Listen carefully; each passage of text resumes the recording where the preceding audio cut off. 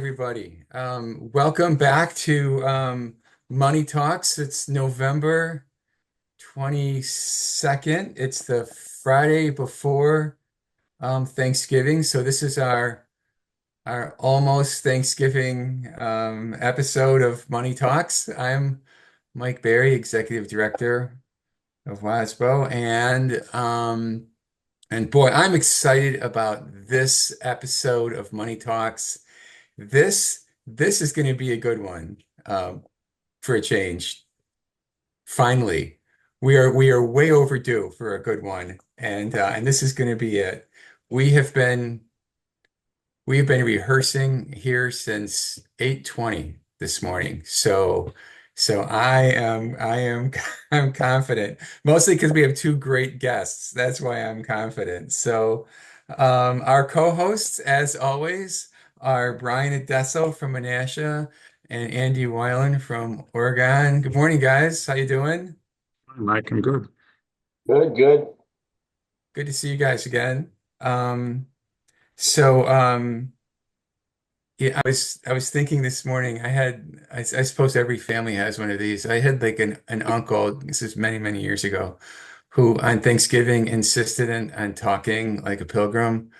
He would say, like, "Well, thou dost knoweth," which after about 5 seconds got really annoying. It was almost as annoying as his bad Irish brogue. But you guys do anything for Thanksgiving? Anything special going on? Just Spending hanging time out with with the family, family. Yep. No deer hunting? not a deer hunter. I just look at Right. Last time we did one of these was October Money Talks, and there's a lot has gone on since then, right? We had all the tax levies to do, and revising budgets, and then we went right into the election and all that referenda stuff. So um, I have done some research with Anne on this. The plural of referendum is either referenda or referendums. They are both, as I understand it, acceptable in case you've been struggling with this, like I have been. Um, so we're going to talk a lot about referendums. I have to teach myself to say that this morning with Anne. And we're going to talk about the state budget process with Dee in just after that. So Anne and Dee are our two big guest stars. This pretty much wipes out our guest star budget for Money Talks for the remainder of the year. We decided to go all in on this one. So but it didn't impact our cartoon budget. So there's your Thanksgiving themed opening cartoon, Staying Long. This is these are the Pilgrims open enrolling to America. So we're going to start here with a little. There's your team and your agenda. Okay, and there's our special guests. Got to catch up to my talking points here. All right, we're going to do a little conversation about school levy tax credits, which we've talked about a number of times. But I just wanted to follow up and kind of close the book on this one for the year. So November 20th is School Levy Tax Credit Day in Wisconsin. It's it's one of the lesser holidays, really, on the holiday calendar. Not a lot of people recognize School Levy Tax Credit Day, but we do. Um, that's the day that the Department of Revenue cuts these letters that go out to each of the municipalities, and I think they also wire the money um, to uh, for the calculation of the individual property tax bills. So, so this is just a follow-up. We did an estimate of the school levy tax credit and showed that in October, and we just wanted to come back to it. The reason we keep talking about this, or well, they're on the screen on the left, our gross levy, and I don't. This is not an exact number. because districts were setting or even adjusting their levies like all the way up to the 10th or 11th, I guess. So it's approximately 6.2 billion. I think it was like 5.8 billion last year. Um, but the school levy tax credit, you can see it in the second bullet, it will lower the impact by $1.425 billion dollars. So this isn't some obscure little piece of trivia we're talking about. This is a huge deal. The levy credits are equal to 23% of the statewide gross school tax levy. So if that money were put into equalization aid, for example, your levies would drop by 23% on average, right? Um, so it's a really big deal. And the last point, of course, is that levy credits are not given out that way. They're actually the opposite of equalization aid.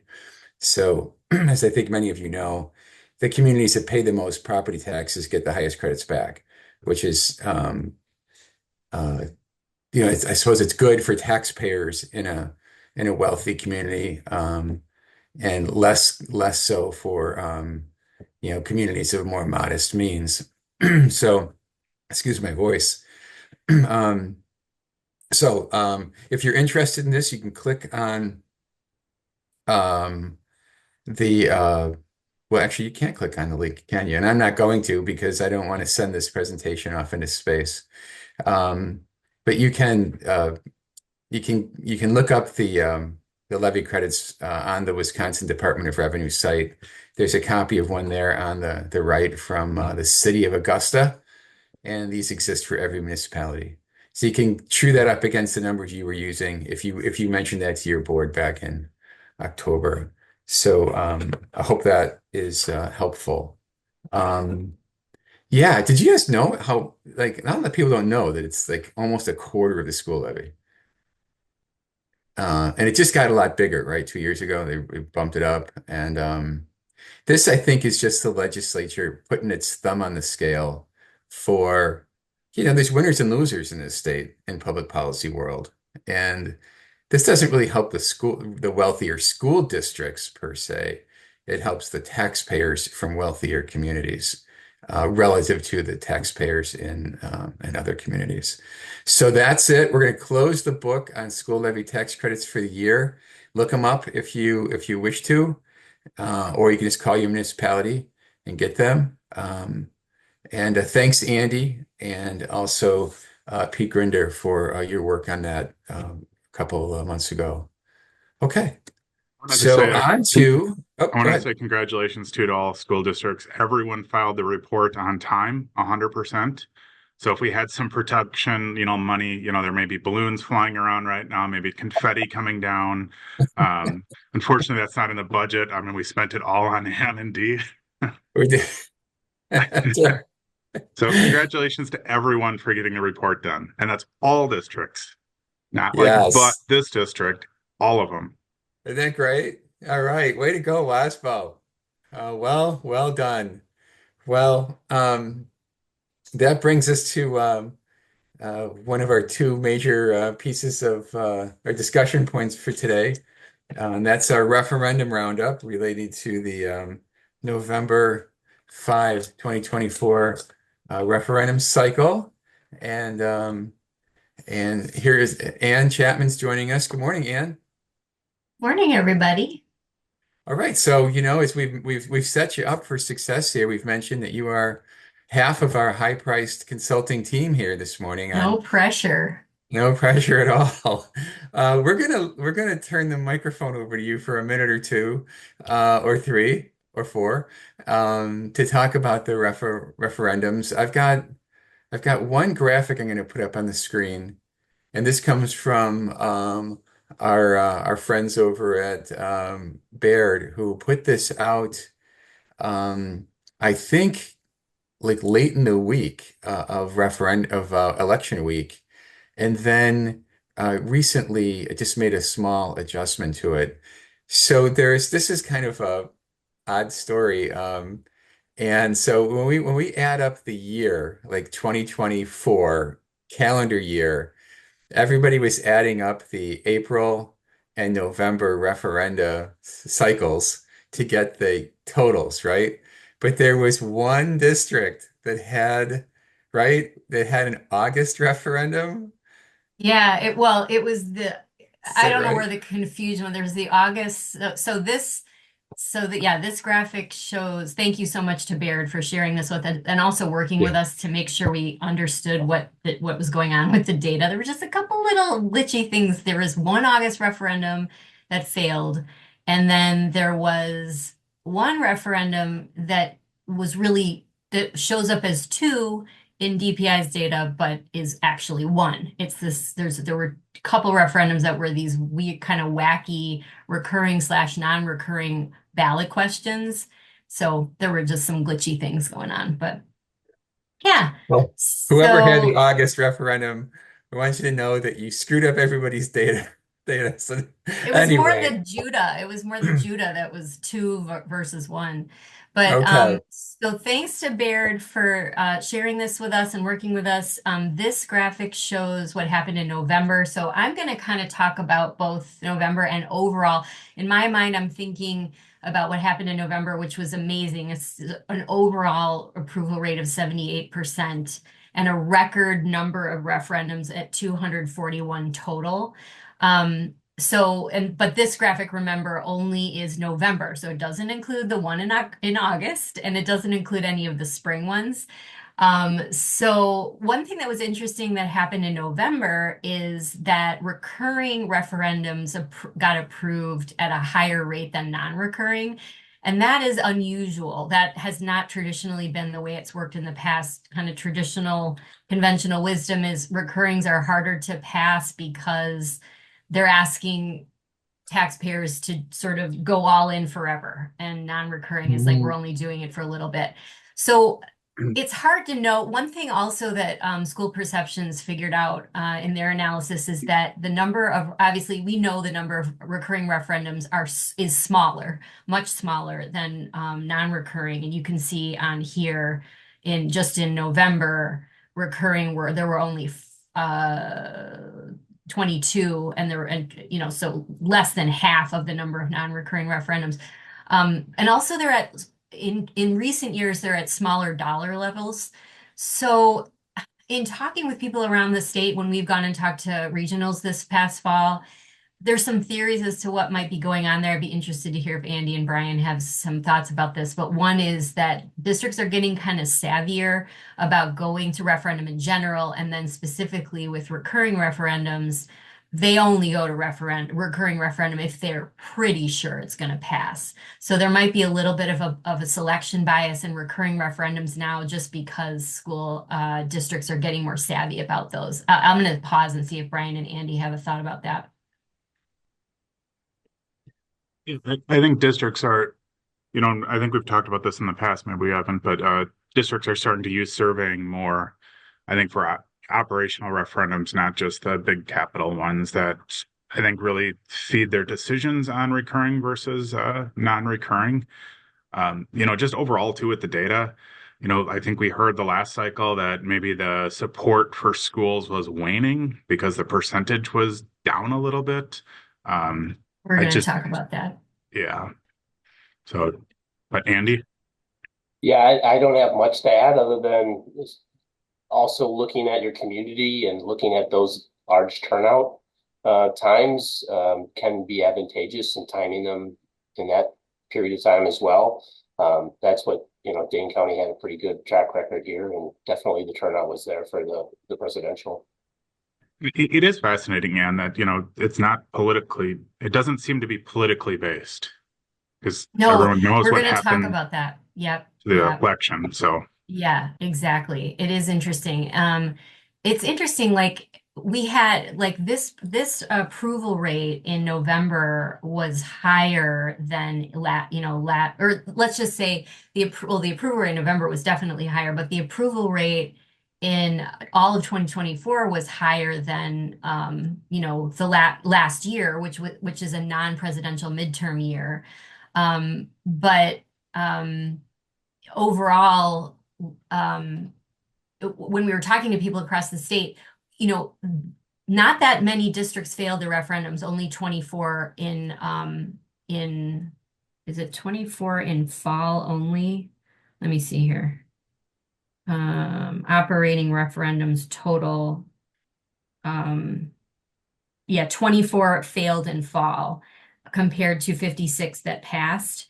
And there's some people were talking about, again, the conventional wisdom is if you go to referendum in a presidential or midterm year, an even numbered year, you're going to have, it's higher turnout, you're more likely to pass. But some people felt like in their community, the higher turnout wasn't good.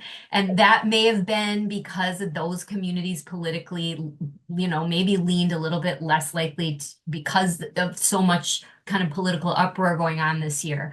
Who knows? I mean, I think the main thing is we're seeing overall, we're seeing a lot more referendums pass or a lot more referendum questions total. I mean, 241 in 1 year. That, and I'm going to show a graphic in a second that just shows how that's, it's just going up and up and up. And so we're going to talk at the end about there's some systemic reasons for this, but like at an individual community level, going to referendum and passing a referendum can be very individual. It can have to do with timing. It can be local politics. Like Mike always talks about, it could be right now the community's mad at the superintendent about something, like it's kind of hyper local on a micro level, but there's systemic reasons why we're seeing like growing numbers. So let's see. So the passage rate for overall operating for the year was 65%. The passage rate for debt was 77%. So that 78% in November is probably largely driven by the debt. And then, or sorry, overall for the year, for all referendums, it's about 70% passage rate. So one thing that's interesting, maybe we can move to the next graphic, Mike. Sure. So this is a great graphic that Wisconsin Policy Forum put together. I really like it because it's kind of comprehensive.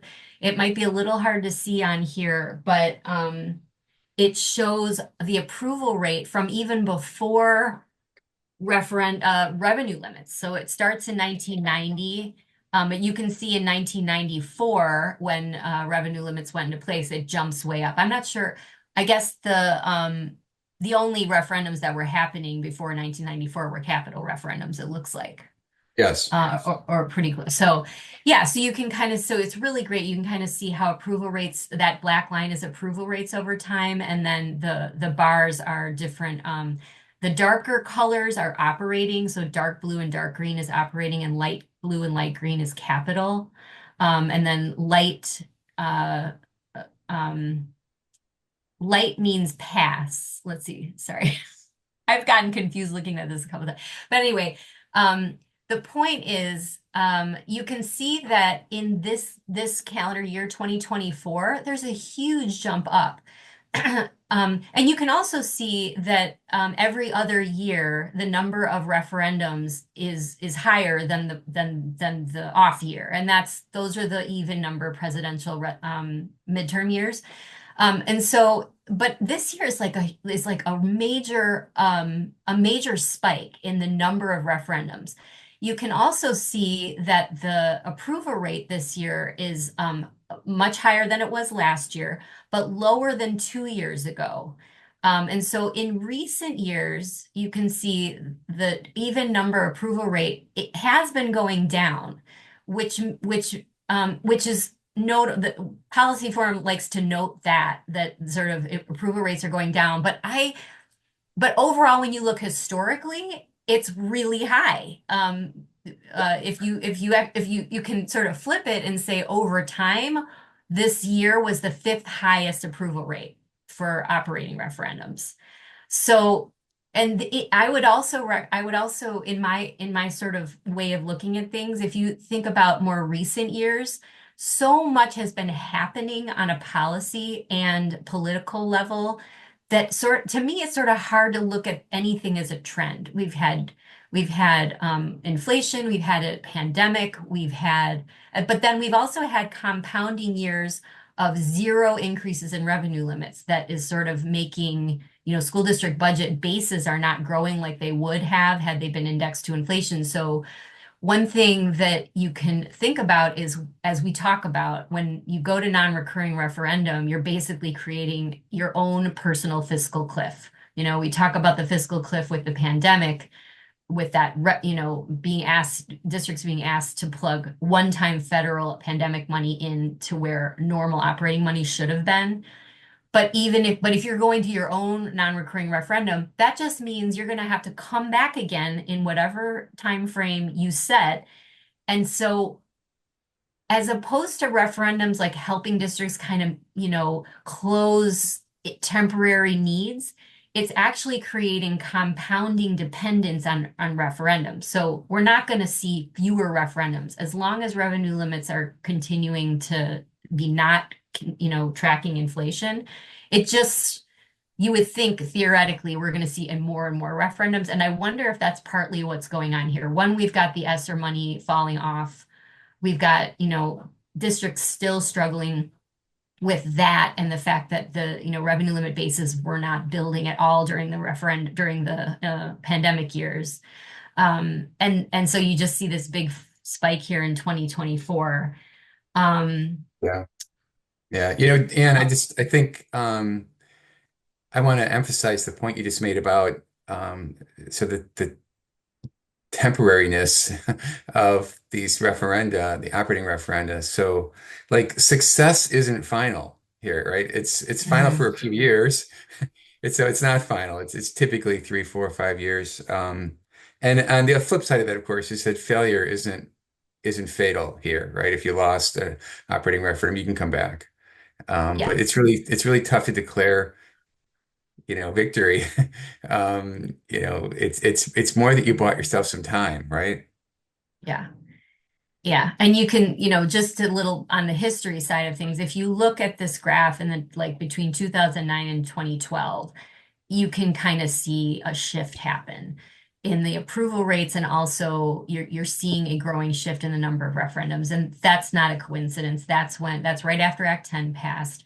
And so you can see the referendums went down right after Act 10 passed because of, I would assume, because of the tools that, districts, Mhm. and maybe the climate for passing a referendum might have gone down too.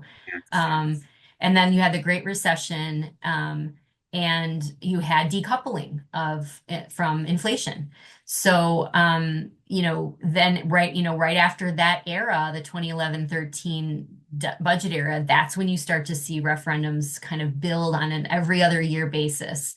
And so that's just kind of interesting to note that it's great to look at the history overall. It's really helpful for perspective. And 2011 forward is like a different world. I was looking at school perceptions. They made the observation that before 2011, referendums passed at about 50%, and after 2011, they're averaging at 73%. That's overall. So you can say that it's declining, but from a historical perspective, it's much higher than it used to be because I think communities are interested. And that brings me to the next graphic, Mike. And just before we leave on that, I mean, Yeah. as we've talked about, there's tons of different data that have changed in this that don't make it apples to apples. I mean, this is like our testing data where they change it every year and to make it look like however they want to make it look. But on this time, I mean, we've also switched to you can only have 2 referendums Good point. per year, Yeah. which Yep. changes the whole math there too. And overall, I mean, when I look at the line, we're still at a 70 to 75% probably for the trend line. And Right. to me, Yeah. like, how much better do you have to get? Like, Exactly. Yeah. 75% of the population supports school funding. Like, wake Yeah. up. Yeah. It's Like, almost like it's maybe correcting from that super high in 2018, but it's super high still. Yeah. Yeah. I think there's at least a little teaspoon of mischief going on there with some folks who have sort of an anti-government, anti-tax, anti-K-12 orientation to begin with. I saw some of the news stories that came out after the November 5th referenda results, and they had a few of them had that, despite, I mean, it's so illogical. It's like, well, despite declining support for K-12. State shows overwhelming support for K-12. It was like, well, that makes no sense. Yeah, right. Makes no sense at all. So It's I'm like really twisting in a proud of this, pretzel. Yeah. super proud of the school boards and the business officials and the taxpayers. These referenda are really a referendum on how valuable people see these school districts in their community, and I think it's overwhelmingly positive. That for me, the only sort of shadow over this is that it's about the funding system itself. I Right. think I'm going to talk it's about that. yeah. I mean, so my thinking, and I'm sure you're just going to beat this, you're going to hit this out of the park, is that Oh, it's kind of like we're reluctant to assign like the attributes of victory here for doing so well in referenda world, when really what success looks like is getting better state policy, so we're not having to do this. Um, thanks for so the transit. Yeah, the yeah, transition. I just want to okay, clarify, So, it's 2 questions in a calendar year. So yeah, that's, yeah. which, 2 in the spring, 1 in the spring, 1 in the fall, 2 in the fall, 0 in the spring, 2 but total. all the more notable how many went to referendum this year.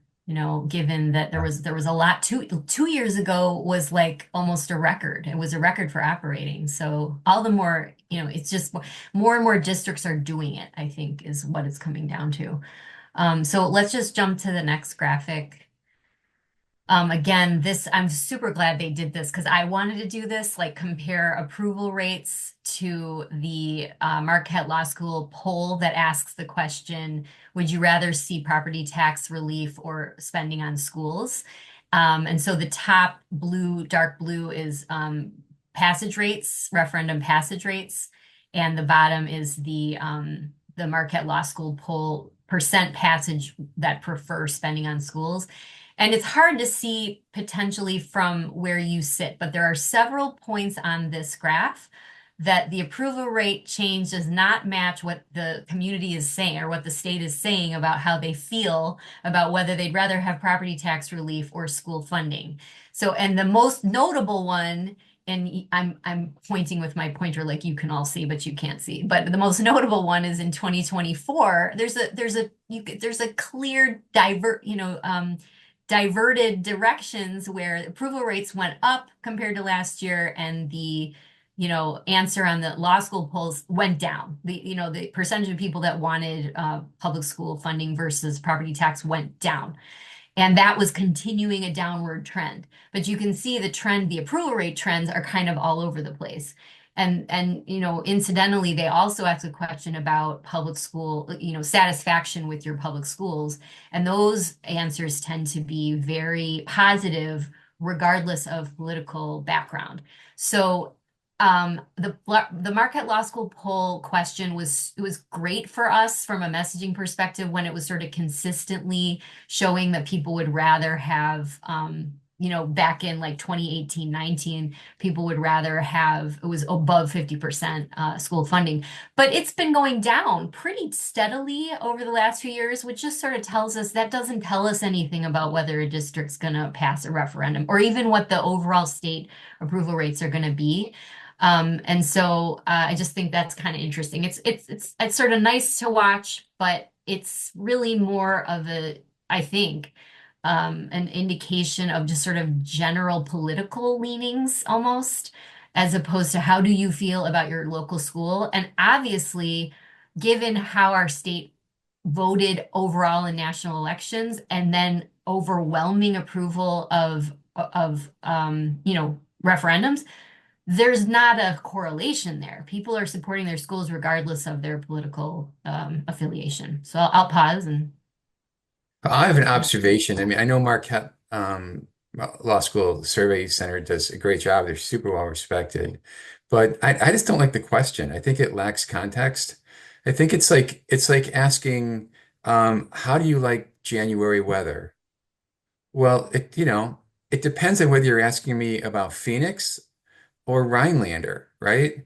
Yeah. context matters. So how do you feel about K-12 spending? It's just, it doesn't ask me about the school district in my hometown that my parents went to, my grandparents, my kids. It's just, it lacks context, so I don't find it to be very reliable. I That's think, my 2 cents on it. I think there's always been a disconnect, right, between districts local and how they feel, and then generally about how they feel for public schools. And Right, this right. this just demonstrates that again. Yeah. Anybody remember Marcel the Shell? Where he goes, compared to what? I just thought I would throw that out there. That's right. Um, That's right. so yeah, so let's see, what's the next graphic? So we're going to switch over to talking This is the about this is the like last one. state budget. Okay. Yeah. So then I guess the next one thing to remember to Brian's point is um, this is a big deal for the districts that did lose their well, this is the end of the calendar year, so the clock starts again in January for the two, you get two in a year, but there's only really one opportunity in 2026. There's a February, potentially a February opportunity. I'm not sure if there's no primary, if but anyway, April is the main opportunity in 2026 to go to referendum. And then there won't be another chance until the next year, right? Is that or 25? April in 2025 is the only opportunity. The next chance will be in 2026. So for those that failed their referendum this year, they really, many of them have said they're going to go back in April because it's like they don't have a choice. And that's where I'm going to close is so you've got one more chance really until 2026 to try to get your referendum passed if you didn't pass it. So the question is, what does this mean? It's great for the districts that pass their referendums, but in many cases, these referendums were not for expansions, growth, transforming things, new initiatives. These referendums, if you look at the language and if you talk to districts, it's about reducing how much they're going to have to cut. They still have to cut. They're going to referendum to cut less or to draw less out of their reserves or to, like hire fewer teachers than they need, but at least get to hire some teachers. So it's like they're using these referendums to just like make ends meet and not in a, like solid, stable way. And so the question is like, why is this happening? Oh, I wanted to put it in perspective too. So why is this happening? I think we can point to some structural reasons why this is happening. One, revenue limits are not tracking inflation. That may be the most important reason.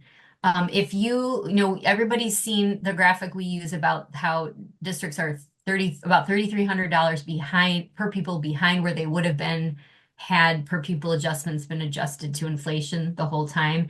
If you multiply that by the current public school enrollment, um, you would have $2.6 billion. So you have um, almost twice, there would be almost twice the number of dollars for public schools in the system right now than was asked for in all of 2024 in the referendums. So a similar thing with if you look at the way we've been funding special ed at only 32% this year, that has left 1.16 billion on the table or 1.16 billion that school districts have to fund in their general budgets. That's even less than they asked for in operating referendums this year. So we've got below inflationary increases, we have declining enrollment happening all over the state, and we have really low special education reimbursement, which is causing districts to have to dip into, revenue capped resources. So all of this is to suggest to have 82% of districts having gone to referendum over the last 10 years, I think it means something's wrong in the way we're doing things. And there are some kind of common sense ways these are sort of state level drivers that are causing districts to have to do this. And so there are state level solutions and they're pretty common sense. And so that is where I'm going to kick it over to Dee because that Yeah. means the state budget is kind of the next step in this conversation. Yeah, I know it's an overused cliche, but it has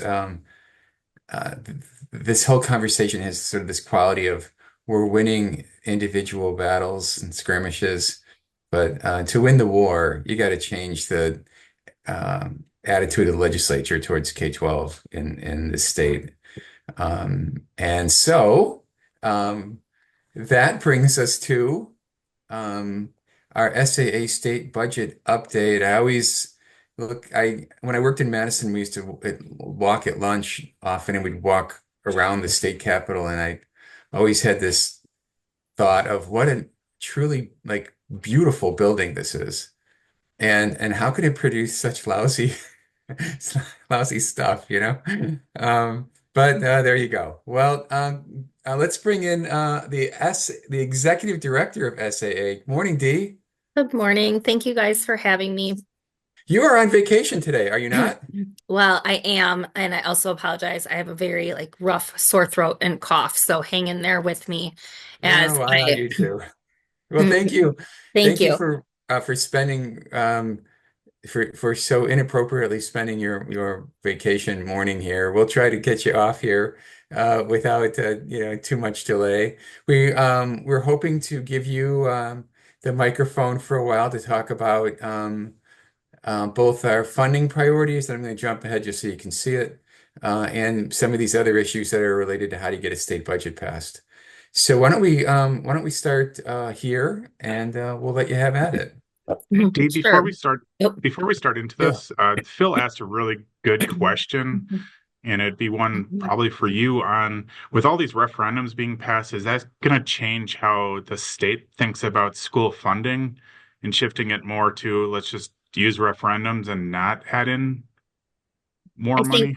I think even in the majority party, there's like a split in how people think about it. Like they love local control until they have to buy down the tax increase average statewide, right? There are other people who will say it's working. We said if you need more tools, you go to referenda. If they're passing, good for you. But then there's also a lot of people who said, "Oh, we told you you should go to referenda, but we didn't think you do this well, so now we have a problem," right? Um, that's just so they're even in within one house and one party, there's vast differences on how they feel about it. I So will.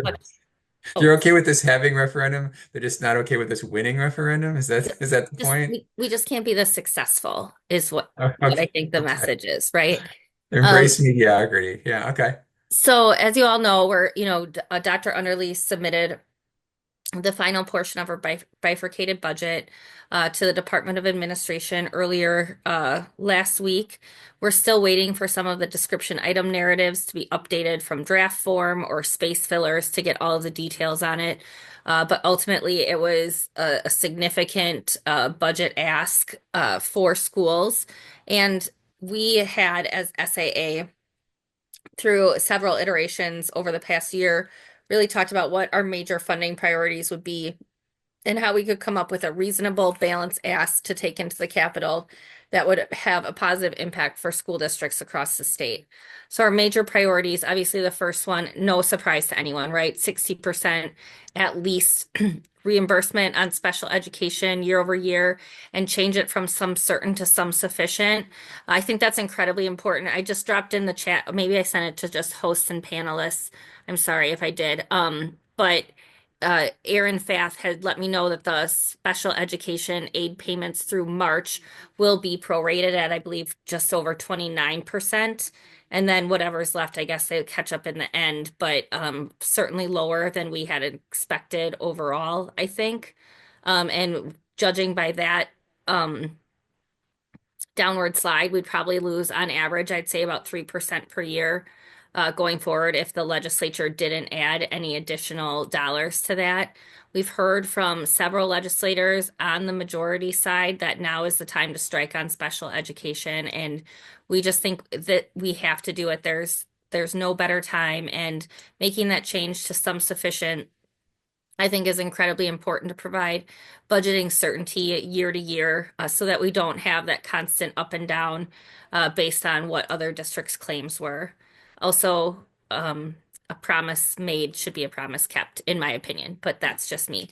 Um, We also, as SAA, proposed to increase the revenue limit per pupil to match the projected rate of inflation for the next 2 years, and then allocate enough state aid to minimize that property tax increase.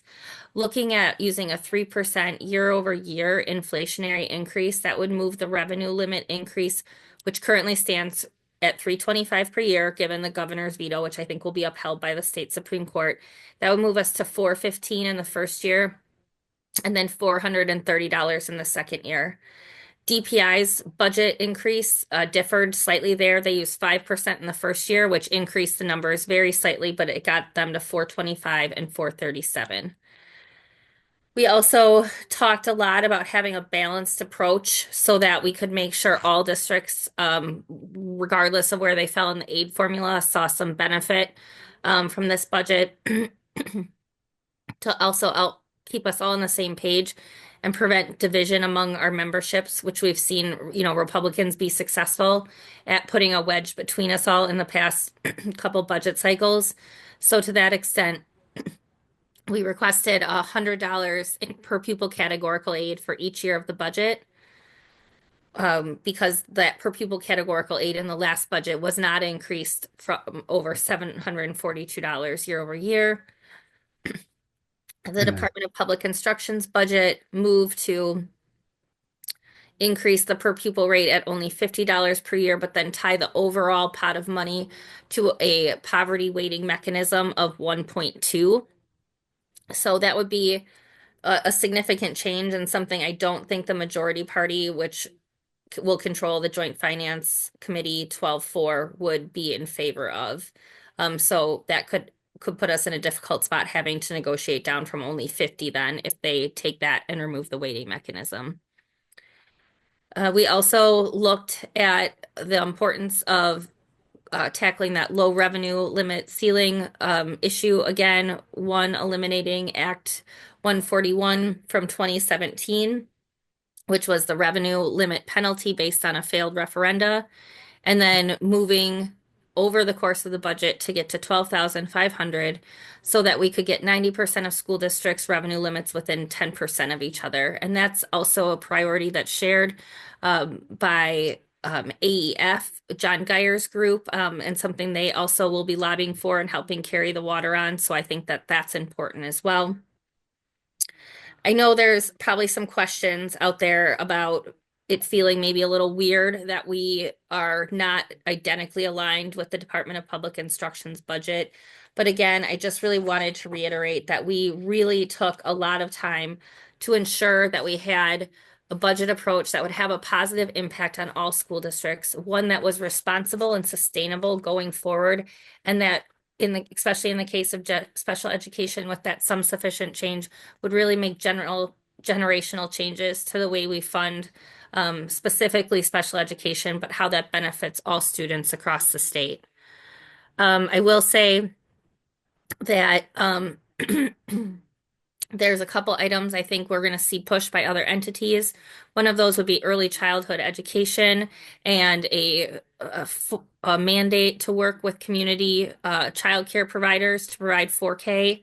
That could come, as we ask, if folks are asking for 1.0 for 4K in kindergarten, which I fully understand and support. It just becomes real challenging when they're going to try to start bargaining over that. So I just urge caution in that area, that we don't want to give away more than we're getting. Is the juice worth the squeeze? If they're really making a move to mandate contract provisions with early childhood providers and how we pay them. And then also be real hesitant to work in talking points that say, if we would have gotten 60% in special education, we might not, or we wouldn't have had to go to referenda. Well, that may very well be true. What some people are hearing in that is, if we got 60% in special education, we wouldn't need referendas. We wouldn't need to go to one. We wouldn't need them. And there is a big difference in that sentence construct there. And certainly, I will agree that 60% in special education, if you look at the numbers across the state, there is a good chance that there would have been a good number of school districts that maybe wouldn't have been exactly where they needed to be, but would not have been in the dire consequences they would have been if they wouldn't have been able to pass the referenda had we had 60% in special education aid. But that does not negate the need that we still need to retain the ability for districts across the state to be able to respond to the needs of their school communities, whether it be operating or capital. We need referendas, and we already have enough restrictions on them that they tried to put guardrails up, and as Ann mentioned, our districts generally tend to pass at the highest rate in general presidential elections. So November of every 4 years are when we have our highest passage rates, which I think is what folks, when they put the restrictions in, and thought was the opposite of what would happen if they forced us to only go on regularly scheduled elections. Um, and so I just really think we should stick strong on these three main talking points. I think obviously we've heard, or you've all probably read, that Republicans in the Capitol have basically summarily dismissed many pieces of Dr. Underly's budget just because of the sheer cost of it and how quickly it would absorb the surplus that we currently have. But I think what we put forward is more than reasonable and responsible, and sets the foundation for future increases that will only create a more sustainable financial environment for our schools. We have been communicating this with the governor's office directly at his request, and will continue to carry the message forward as we begin to meet with legislative leadership in both houses. And I'll be forwarding out some more extensive talking points after the holidays. So when you start talking with your legislators as a district, you will have what you need. All right, Dee. Well, that's that was it was like a 90-mile-an-hour motorcycle tour through the state budget issues. I appreciate that. Um, yeah, I want to comment on a couple of things. The the special ed categorical aid reimbursement, yeah, it's going to dip below 30% when it's prorated this year. So 60, getting to 60% would be a huge win. It doesn't cure everything, but it would be a huge win. And for building your local budget, for those of you who are in your first, second, third year doing this, basically it would double your special ed reimbursement, which would significantly lower your interfund transfer and take a lot of pressure off of your general fund. Again, it won't solve everything, but it's a huge improvement over what we have now. I the part about special ed budget or the categorical aid being on a sum sufficient basis means I just want to spend a minute on that for those who are not familiar with the terminology. Sum sufficient means the legislature has to budget whatever dollar amount is sufficient to get to 60%, which is not what they've been doing. They've been budgeting on a different basis called what, sum certain, where they give you a certain dollar amount, and if it turns out to be spot on percentage wise, great. If it's not, well, then just drop the percentage. Some sufficient means they actually take it more seriously, and it's a higher level of commitment. It's a higher level of importance, and I think special ed funding deserves that. Special Certainly, needs they've been. voucher has some sufficient. I just want to put that out Yeah, there. yeah. Some of their pet voucher programs have been given some sufficient treatment from the beginning. I can't imagine why that would be more important than special ed categorical aid. And ironically, those dollar amounts are about the same, aren't they? The amount that we're spending on vouchers and the amount we're currently spending on special ed. So yeah, some sufficient basis is super important.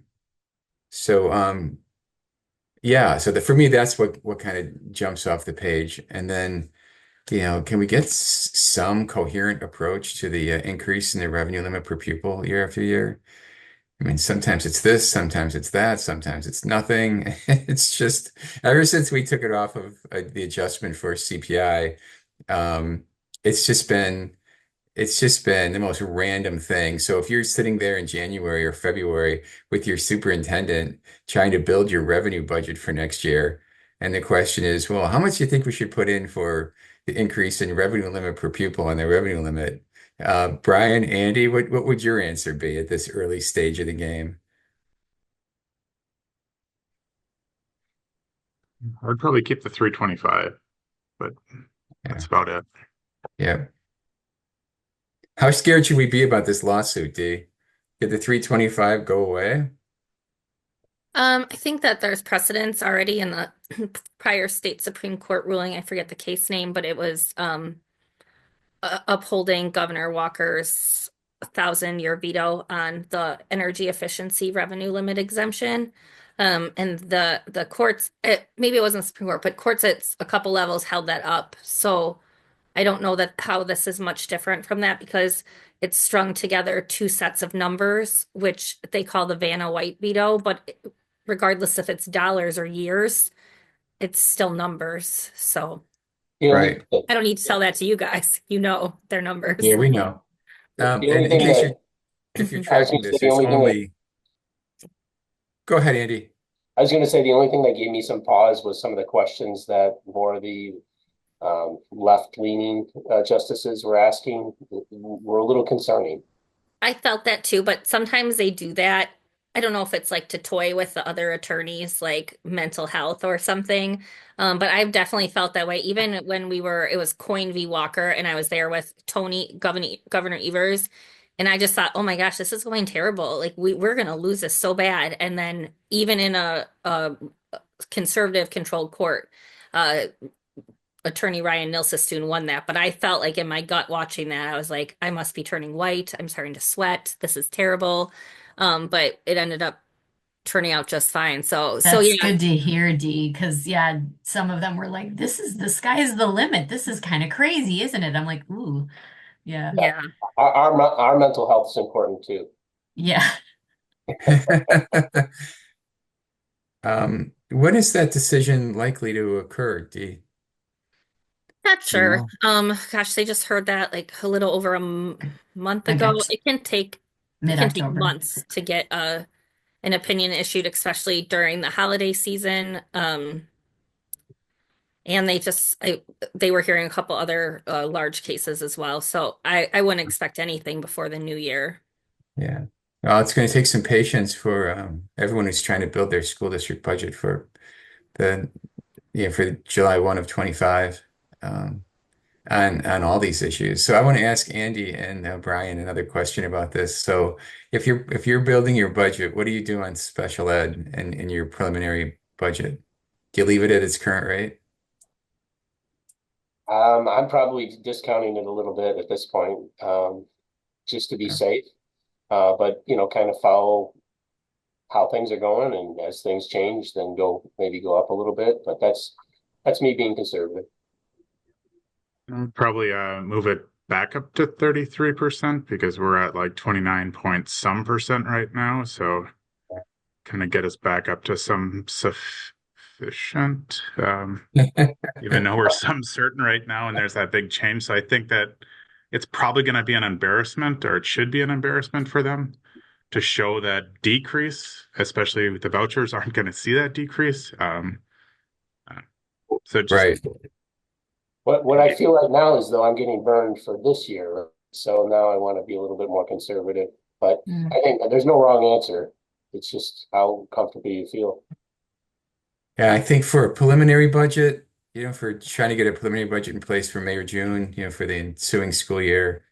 Yeah, my advice is don't count your chickens. There's a big difference between what we're advocating for versus the actual reality. Oh yeah. So yeah, I think you guys are right. I would keep it. I wouldn't count on 60% for special ed in my budget. I'm certainly working for it and fighting for it, but on paper, you've got to keep that down at, like you guys said, between 29 and 33 for now. I think 325 is reasonable on the revenue limit. So those are some good, the reasonable December, January, February assumptions. And there's a lot we don't know. It takes a while for the picture to clear up. Like So what I do feel comfortable about is that through these next couple of months, that money talks will continue to build on the state budget talks to hopefully refine our estimates throughout that time. So we'll be there with everyone in that budget planning process. yes, we will. We'll be all over it. We are your source for for all things school finance. This is the place to be.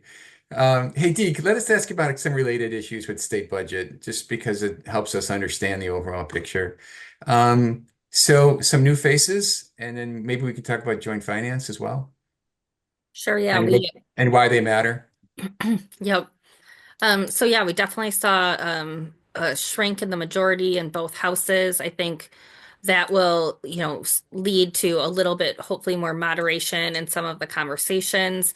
Also takes less votes to get to kill bills when they get to the floor, which is always helpful for me. The Joint Finance Committee will still stay 12-4, so it will be overwhelmingly power controlled by the majority party. Um, and that obviously is an uphill battle for them. I think as we look forward, the next kind of big milestone between now and the end of January, early February, Governor Evers is going to be putting his budget together based on the requests from the agencies. As I mentioned, while I appreciate DPI being aspirational in their budget requests, we're coming in, I think, at a more reasonable request and have communicated that to the governor and will lay out a communication plan as the state budget process picks up later in January and February for you all. Okay, we've already talked about DPI on the screen here, so I'm going to move ahead, Dee, and thank you. You're going to be busy for next several months. So if you don't see Dee, it's because she's running around the Capitol chasing down legislators. So Dee, thank you in advance for all that Yeah. work. Um, okay, so I think we're going to wrap it up because we're almost at an hour. Just a couple of quick points, some infomercial stuff for WASBO. If you're a rookie and you're in the Year of Success program, there's a one-day webinar called Winter at a Glance on December 3rd. Sign up for it. It's all DPI and WASBO staff running that. A lot of good information. And then one of the bigger conferences, the School Business Office Professionals Conference. If you're interested in that, December 12th and 13th. And where? Same place everything always is. At, at the Kalahari. That's a lot of fun. That conference is focused more on accounts payable, payroll, the folks who really do the work. Not just, Andy and Brian. Um, all right. Let me wrap up by thanking our special guests, Dee and Ann. Great job. Um, Brian and Andy, it's always a pleasure to see you guys. Um, and congratulations to the Stratford Lions football team, state champions yesterday. And Lamira won as well. Congratulations to all the teams that are at the state finals at Camp Randall. And for everybody else, happy Thanksgiving to you and to your families. I hope you have a chance to catch your breath. And we'll see you on December 20th, just under a month from now for the holiday version of Money Talks. So thanks and enjoy your Friday and your weekend. Bye, everybody. Everybody.